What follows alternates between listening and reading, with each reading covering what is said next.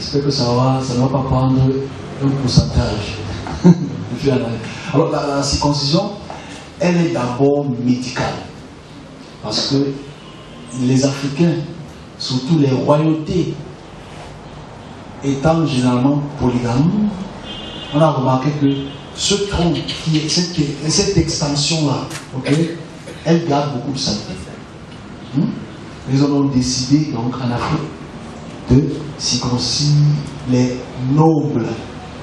D'abord, c'est maintenant aller vers la population progressivement pour que les populations africaines soient circoncises. La circoncision n'a pas commencé avec les Hébreux. Il faut d'abord mettre les choses claires.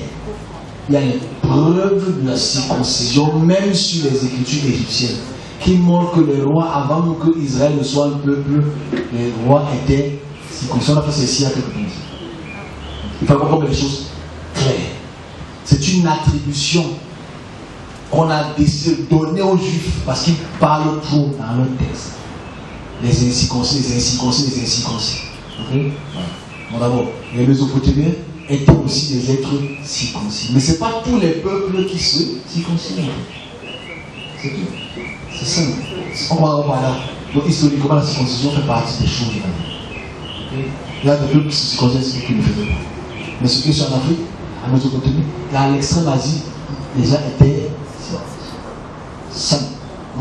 On a fini l'histoire. Maintenant, allons dans le côté médical. Comme je l'ai expliqué tout à l'heure, c'est une question d'hygiène.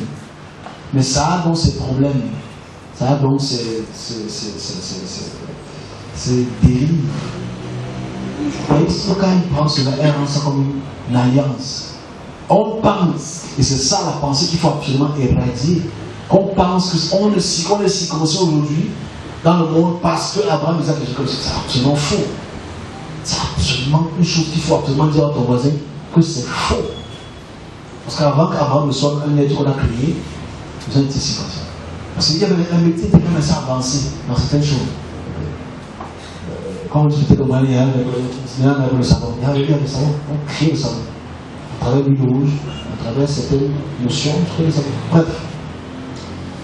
Médicalement, ce qu'il faut prendre en considération, c'est comme je disais, un peu la compléter.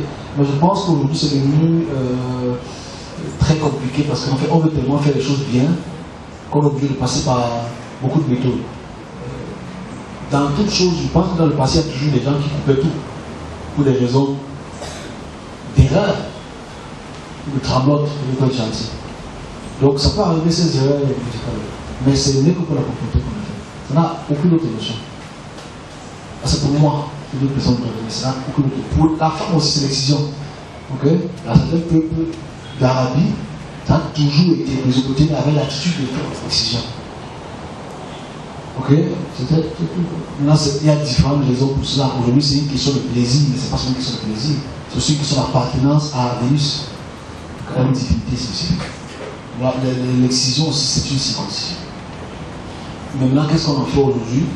Est-ce qu'il est obligatoire qu'un enfant soit circoncis? Je pense avec tous les antibiotiques qu'on a, c'est une question de choix. Est-ce qu'il est sage d'être circoncis? C'est créé quand même comme ça, non? Enlève ton œil. Tu vas voir, mieux voir. Je ne pense pas. Les musulmans, eux, ils ne sont pas dans la circoncision comme nous. Certains musulmans. Moi, qu'est-ce que je peux dire? C'est une question de culture. C'est ma conclusion, c'est une question de culture. Parce qu'il y a des peuples qui ne sont pas circoncis. Je ne sais pas si les Kaka sont circoncis. Je ne sais pas si les Pygmées sont circoncis. Ça n'empêche pas qu'ils vivent. Et qui d'autre chose? Les gens qui dépassent pas 1m10. C'était pour vous revenir comment?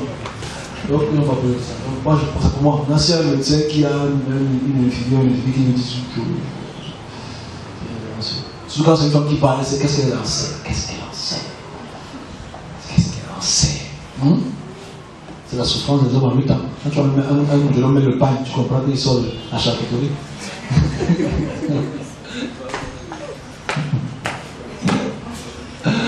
Si les enfants qui sont passés par là, ils ne peuvent pas comprendre. Ils ne peuvent pas comprendre. Ça va dire, les gars, ils parlent de quoi?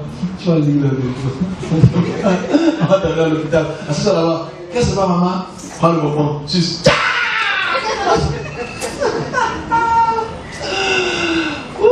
regarde, il parle de quoi? Tu vas comprendre, tous les petits garçons naissent. Ok, bon, une autre question. Passe la charcuterie. Si vous en passez par y comprendre, moi j'ai encore ce souvenir dans ma tête, comme le temps pour le pan. Quand ça va se dire,